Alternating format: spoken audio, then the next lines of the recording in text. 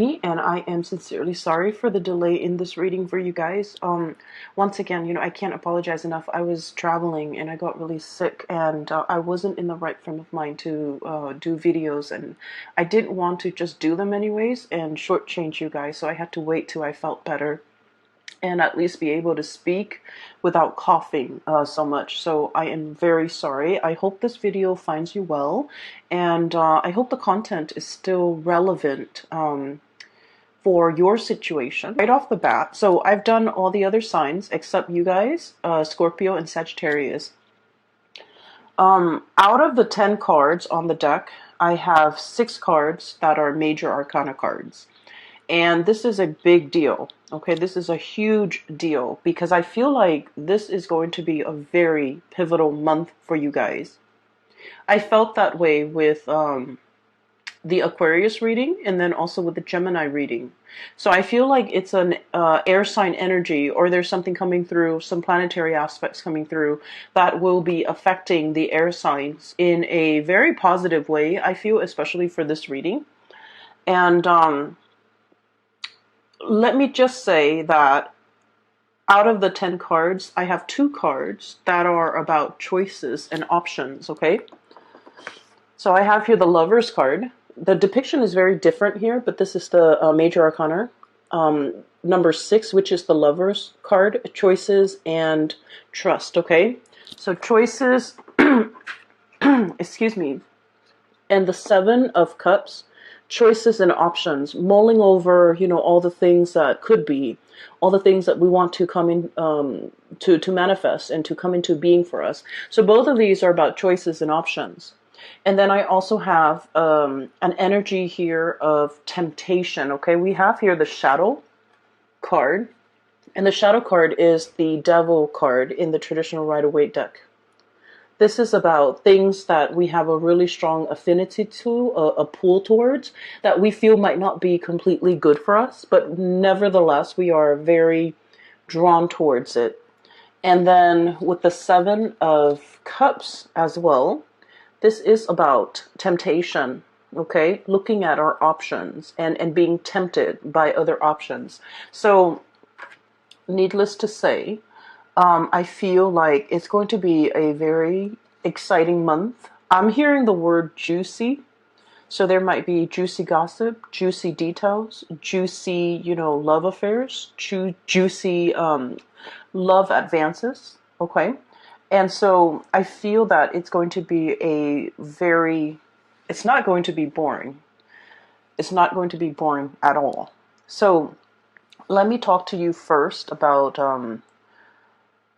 the imagery that came out when I was shuffling the cards. And the word that I heard was a feast, okay? And what I saw was, it looks like it looks like a scene on a boat, like on a cruise ship.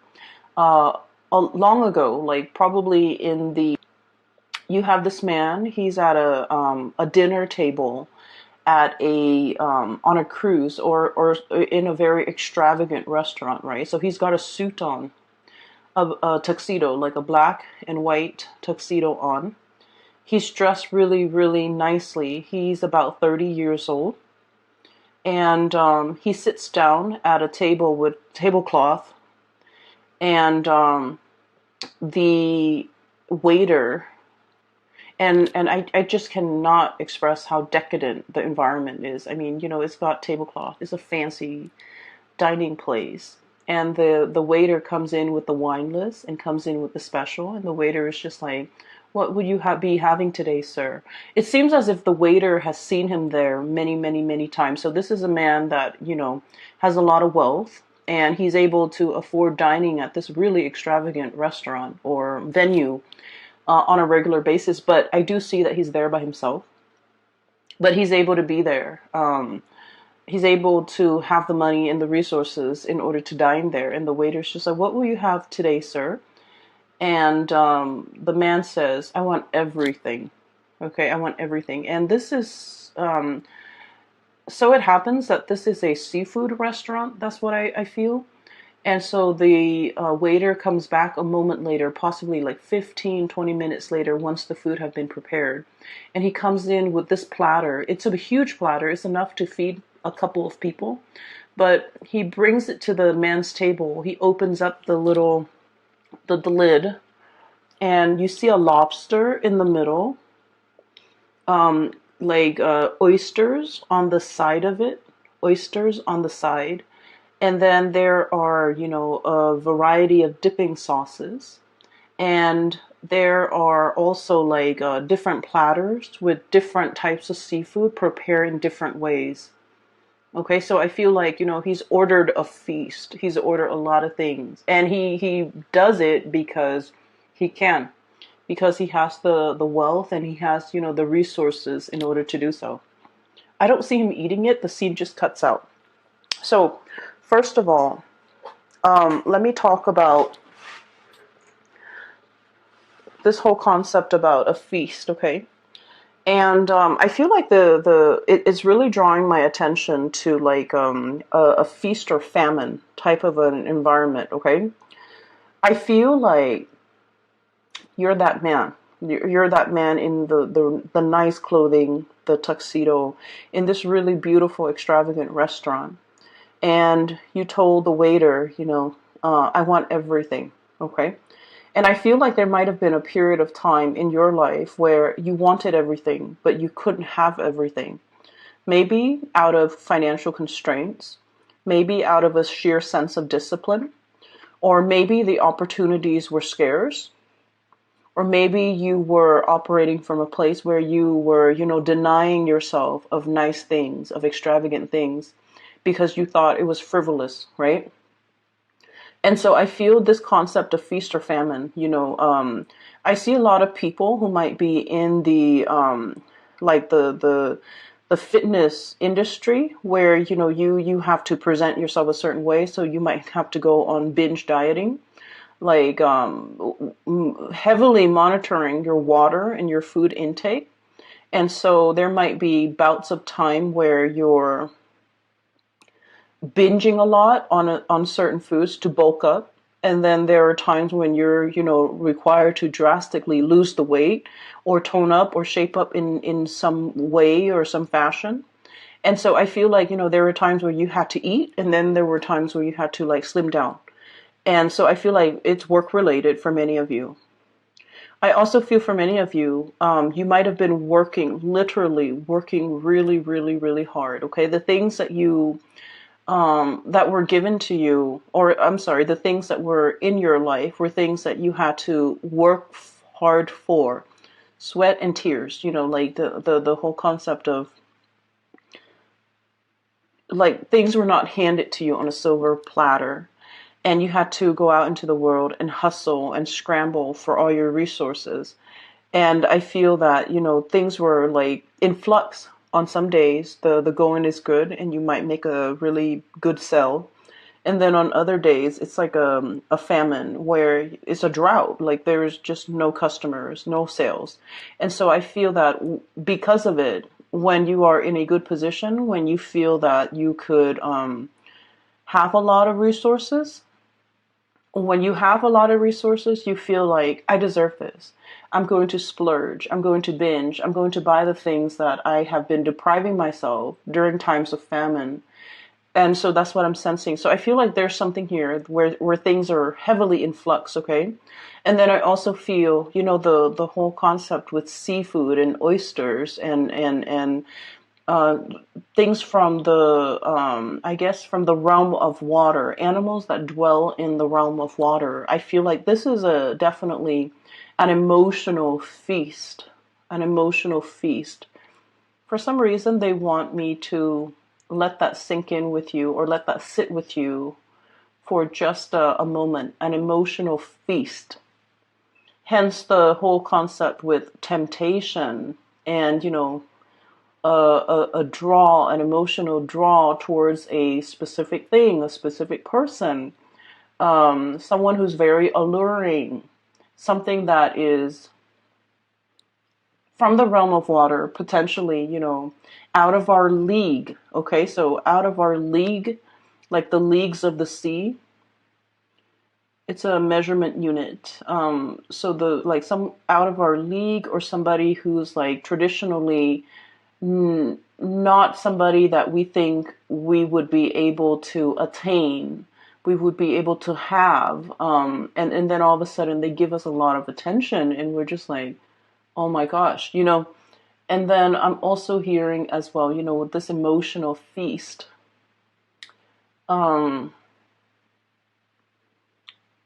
I'm hearing as well, you know, like emotional eating and emotional binging, wanting to fulfill a deeper part of our emotional needs with food, with substance, with things, and an emotional void, an emotional need cannot be fulfilled with things, okay? And so that's for a very small minority, but I feel like the whole imagery is very decadent. It's very sensual, and it is also really tactile, okay? I'm drawn to the oyster, like the hardness of the shell is contrasted by the softness and you know the softness and the sliminess of the insides. Okay, it's something that is really hard on the surface and it is very slimy in the center. I feel like you're dealing with someone like this where they're very, very hard up. They put up a wall. They are very cold and possibly, you know, abrasive on the surface. But inside is this, you know, gooey, soft middle. So it indicates to me somebody who has a really soft heart, and I feel like the world has made them very hard. The world, life was hard for them. This could also be you, Libras. Okay, so I feel that you know you're very diplomatic. A lot of Libran people are just very diplomatic, and you show a really nice face. But I do feel that you are skeptical. Okay, you're skeptical about you know about people's intentions, about life, and I feel like when you're dissatisfied with something, you voice your opinion. Okay, you will get angry, and you will be able to say like you know exactly why that bothers you or why you're discontent. And so I feel like there might have been you know periods of famines where you're just like very discontent. And what I'm seeing as well is with this whole concept about you know that gushy center, feeling your heart soften all over again, and being able to live your life more from that heart space rather than letting that abrasive, hard, I feel like, you know, gritty outside or exterior get to you. Okay? So it's a very, very sensual type of a reading, and I'm going to talk about, you know, the cards individually. So, first of all, moths to a flame.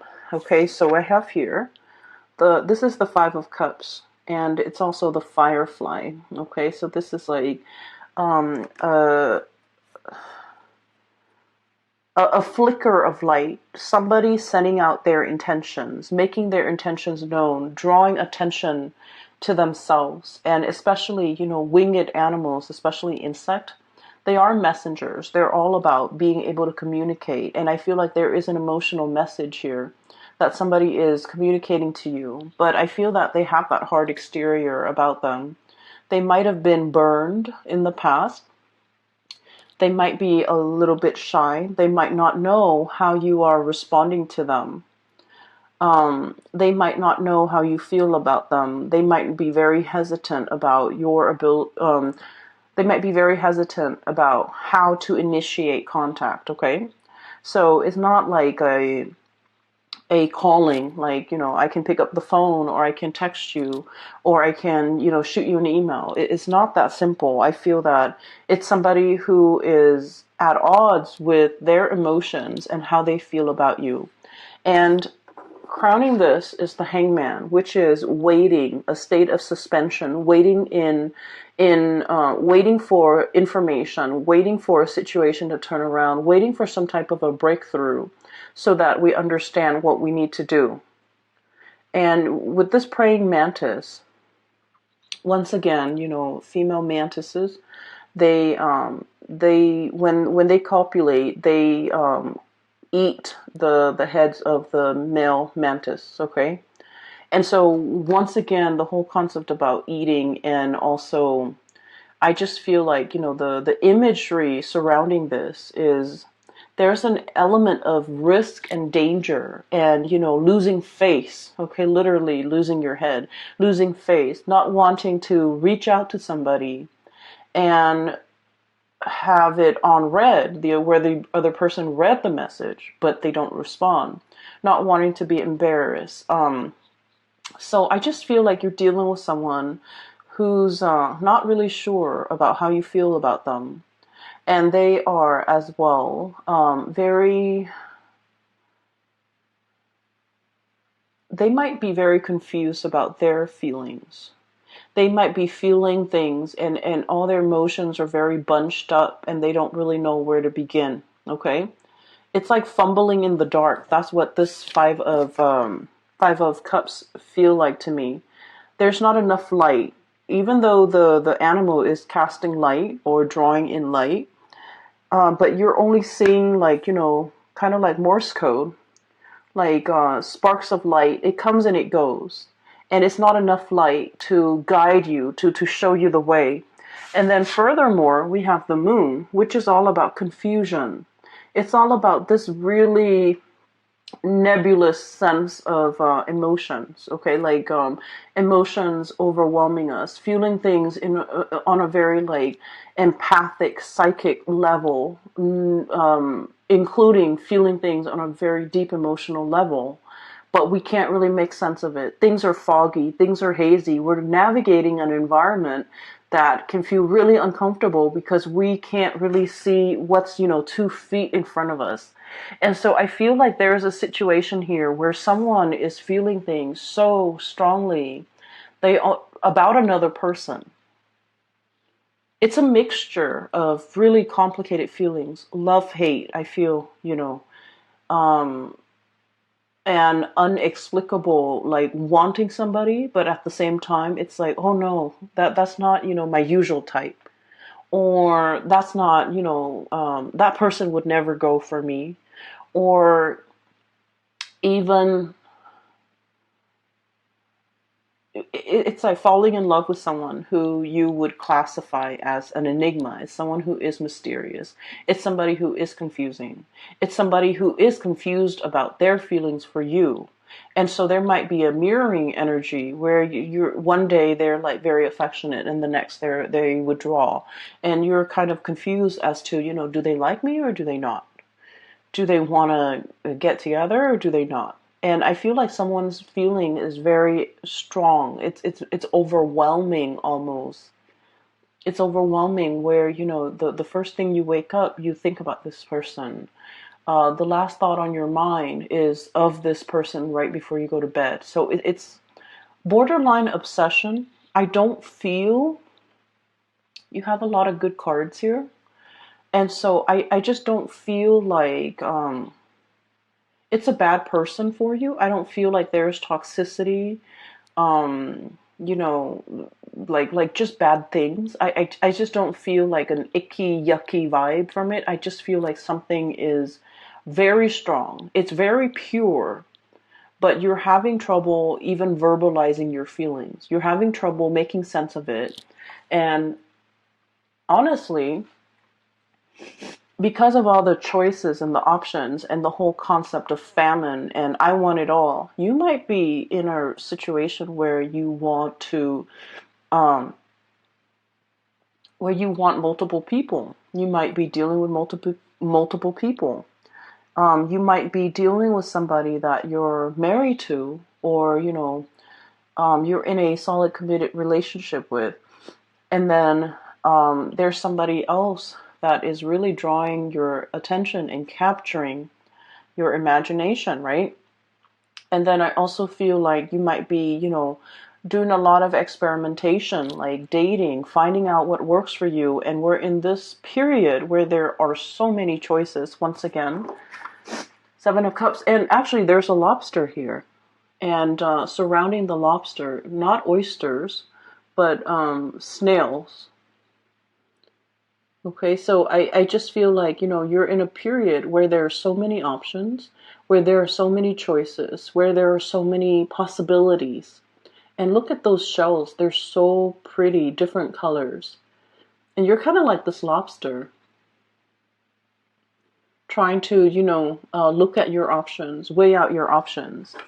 And so I just feel like, it's definitely, there's no famine here. This is a period of time where there are so many options in love and romance, where the real challenge is figuring out what works for you. And as well, this is the shell depiction here. Lots of choices, lots of option.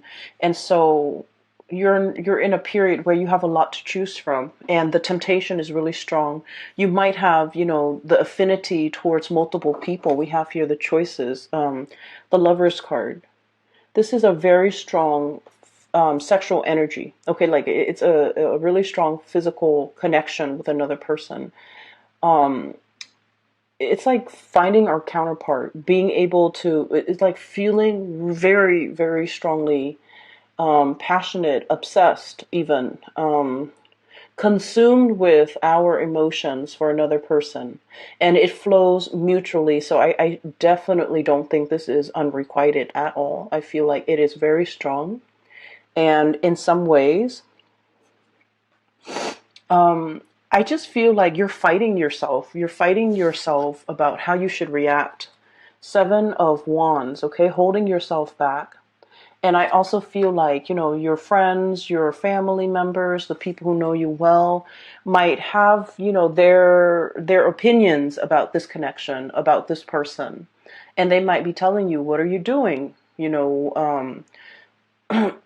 Excuse me, they might be telling you, like, what are you doing? Why are you with this person? This is not a good match. Or, they have their opinions. Everyone has their opinions. You might be dating 2 people, and people are just like, what are you doing? Why are you doing this to 2 people? Or you might be dating multiple people, and you're okay with it because this is a period of feast for you. You understand what it means to, have gone through a period of famine, and now you're in it. You just want to indulge. You want to get your hands dirty. You want to embrace life. You want to take up these opportunities because, you understand that it doesn't come every day. This is not, any time of the year, any time of the day. This is something very special. And so I feel like, if people are judging, or if people are giving you, advice and you've never asked for it, it's like unsolicited advice. You're not going to give them the time of day. And so there is a partner here. It's they're bringing about, like a major overhaul in your life. I have the Awakening card. This is the Judgment card, contact, communication. This is once again very decadent, the Peacock, okay?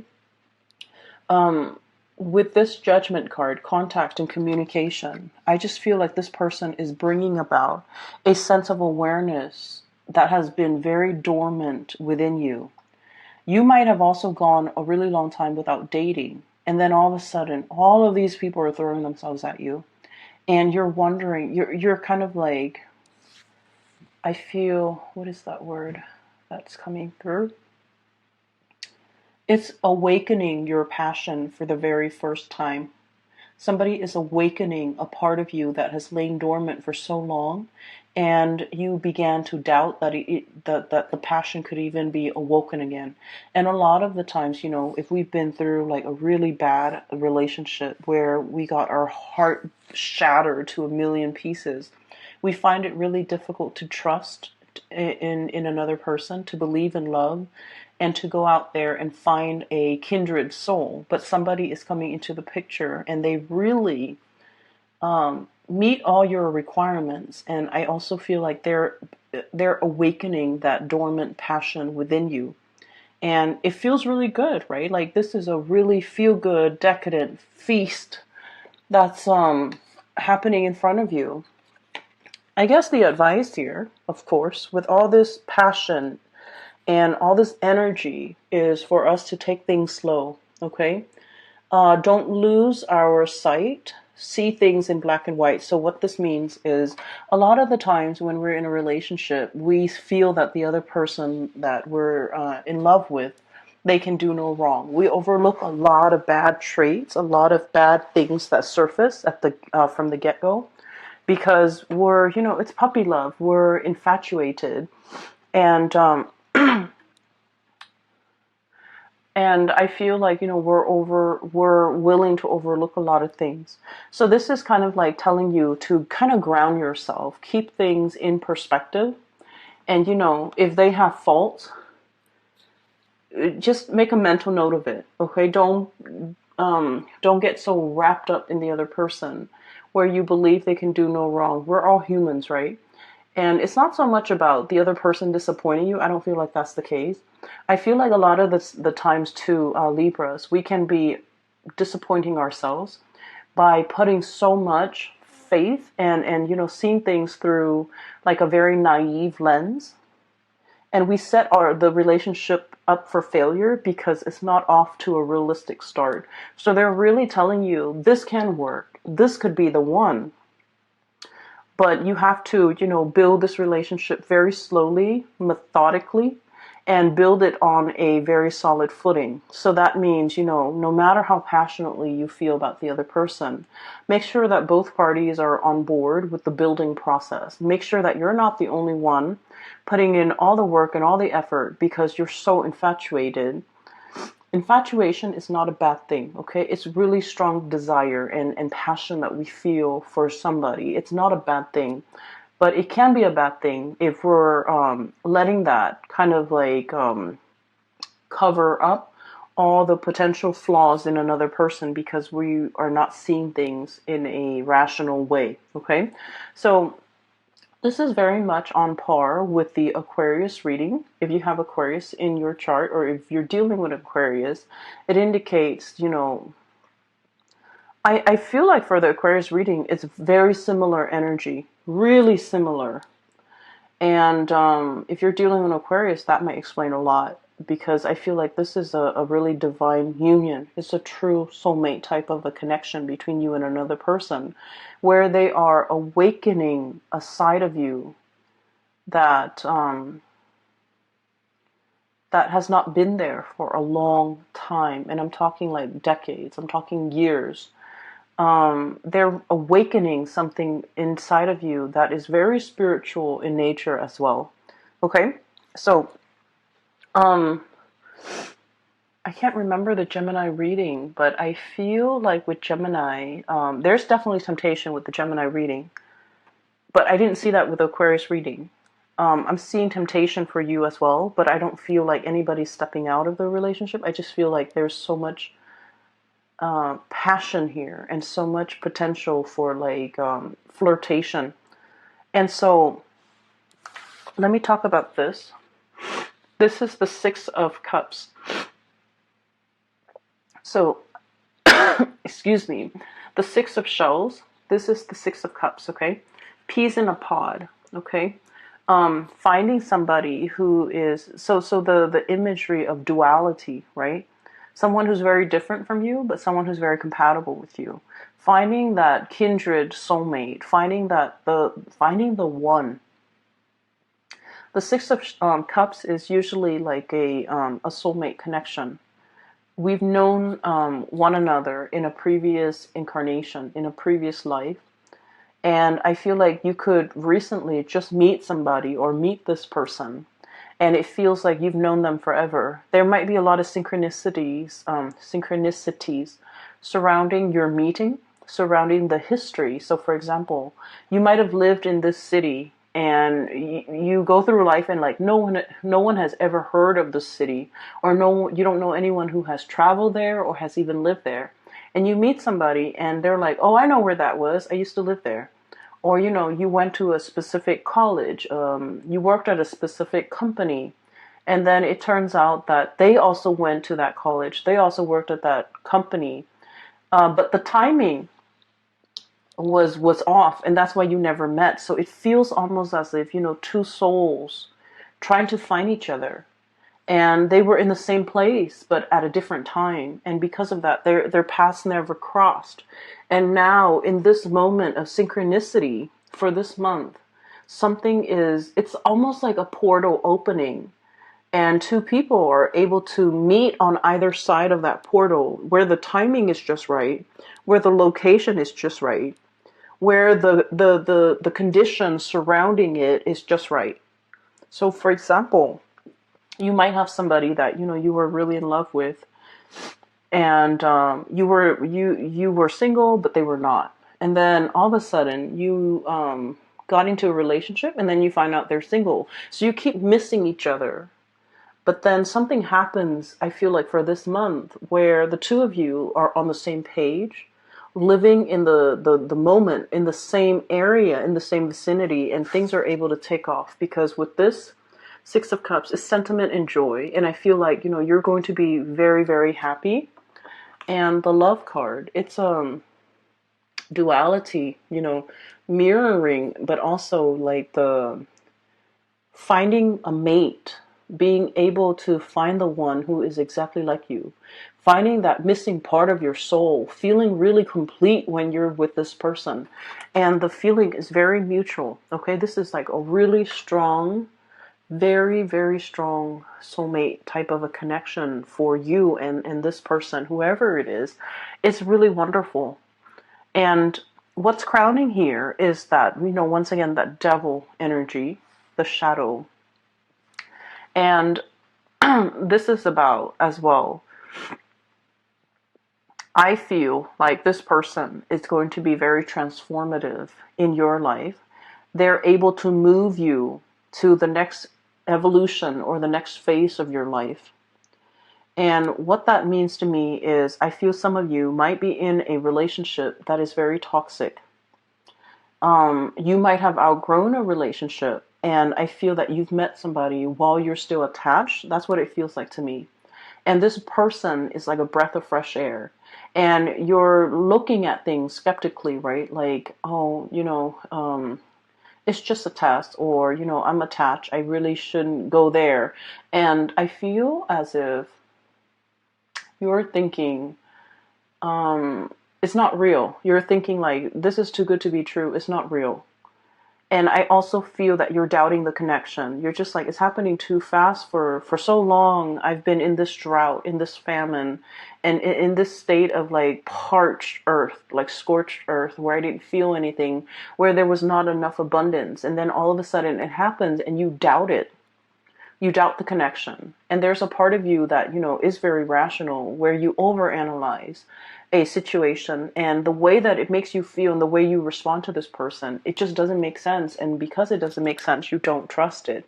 And so I feel that you should let go of these things that are really holding you back, and look at this situation for what it is, all the synchronicities, all the series of events that have to kind of like play out in order for the two of you to be able to meet.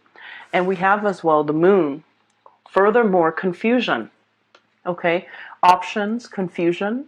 And I can assure you, this is a very good connection. You definitely should explore it. You definitely should take your time to get the other get to know the other person.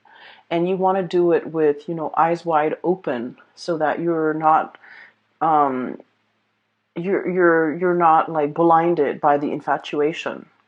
But then I also feel for many of you, you're in a really bad relationship. You've met somebody new that's like a breath of fresh air. And it's making you question and re-examine whether or not the current relationship is still good for you. Okay, it's still good for you. So that's for those who are in like an unhappy attachment, a relationship, a marriage, or whatever it is. You're questioning its viability in your future. So enjoy this moment, whatever it is, whatever this feast is for you. I just feel, let's say this. Man's eating a lobster at a really fancy, venue, and he's wearing a suit, right? And when you eat seafood, your hands are going to get dirty. You have to use those things to break the claws. You have to, there's a lot of gunk inside seafood, right? Not in a bad way, but there's a lot of like little tidbits, juice and things like that. So it's not like a neat, it's not like a sandwich. It's not like something that's easy to eat. You're gonna get, guts and juice flowing all over. And so I feel like he's saying, I want everything. He really wants to experience that tactile sensation. He really wants to get his hands dirty. He's willing to put in the work. He's willing to, it's not like he's on the sidelines nibbling at life. He wants the whole damn thing. And he's willing to get his hands dirty in order to get that. And so I just feel like your mind's already made up. You're going to get involved. You're going to do whatever it takes. I feel like you might be even fighting for, fighting for a partner, fighting to get a partner, wanting to make yourself heard, wanting to make your feelings known to the other person. Okay? Which is wonderful because you guys are usually, I would say, kind of passive aggressive. You have an indirect way of going for what you want, and you're not one to shout from the rooftop how you feel about another person. So I feel this is like the energy of let's go for it, let's do it, let's fight for the object of my desire. Like I feel that this energy is about Libra taking charge. Okay, Libras, you are very much in control and taking charge and going like straight for it, for whatever it is that you want, which is great. I'm glad to see this. So I will leave it at that, Libras. I wish you the very, very best for this month. It looks amazing.